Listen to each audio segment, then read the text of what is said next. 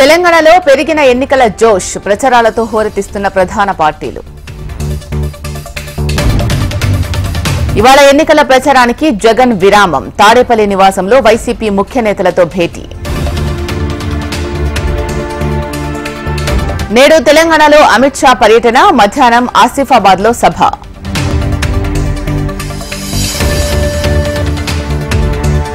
ఇవాళ తెలంగాణలో రాహుల్ పర్యటన. ఆలంపూర్ బహిరంగ సభలో పాల్గొనున్న రాహుల్.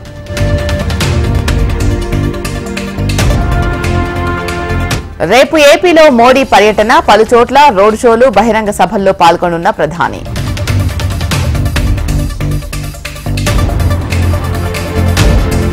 ఇవాళ అయోధ్యకు మోడీ, బలరాముణ్ణి దర్శించుకోనున్న ప్రధాని.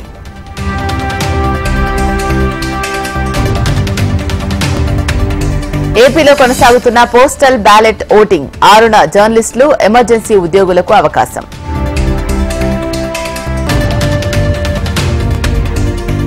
ప్రచారంలో దూసుకెళ్తున్న తాడిపత్రి టీడీపీ అభ్యర్థి. సుడిగాలి పర్యటనలు, రోడ్ షోలతో ఆకట్టుకుంటున్న జేసీ అస్మిత్ రెడ్డి.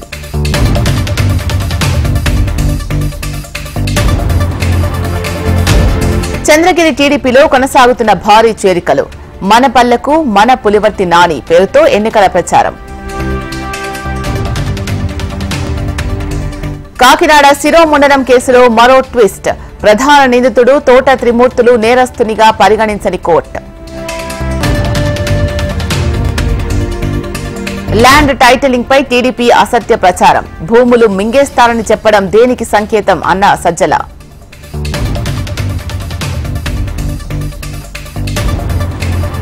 బీఆర్ఎస్ నేత క్రిషాంక్ కు పోలీస్ కస్టడీ. క్రిషాంక్ ను కస్టడీకి తీసుకోనున్న పోలీసులు.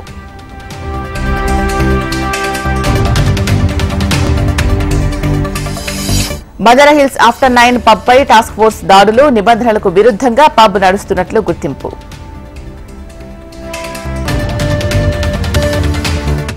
తెలుగు రాష్ట్రాల్లో భానుడి భగభగలు. తీవ్ర ఉక్కపోతతో జనం ఉక్కిరిబిక్కిరి.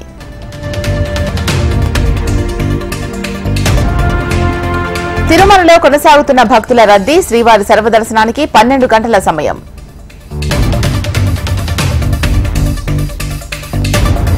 ముంబైలో ఆఫ్ఘనిస్తాన్ కాన్సులేట్ జనరల్ అరెస్ట్. 25 కిలోల బంగారం స్మగ్లింగ్ చేస్తూ పట్టుబడ్డ జకియా వార్దక్. నేడు దేశవ్యాప్తంగా నీట్ పరీక్ష. నిబంధనలు పాటించాల్సిందే అన్న ఎన్టీఏ.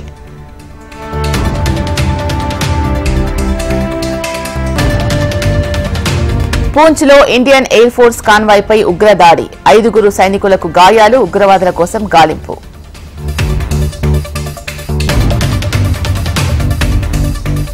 రేపు స్పేస్ క్యాప్సూల్ తొలి మానవ సహిత యాత్ర. 3వసారి అంతరిక్ష కేంద్రానికి సునీత విలియమ్స్.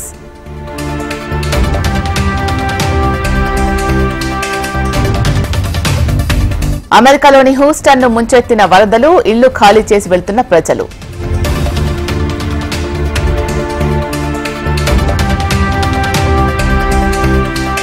ఐపీఎల్లో ఇవాళ పంజాబ్ వర్సెస్ చెన్నై మ్యాచ్. మధ్యాహ్నం 3:30 ధర్మశాల వేదికగా బిగ్ ఫైట్.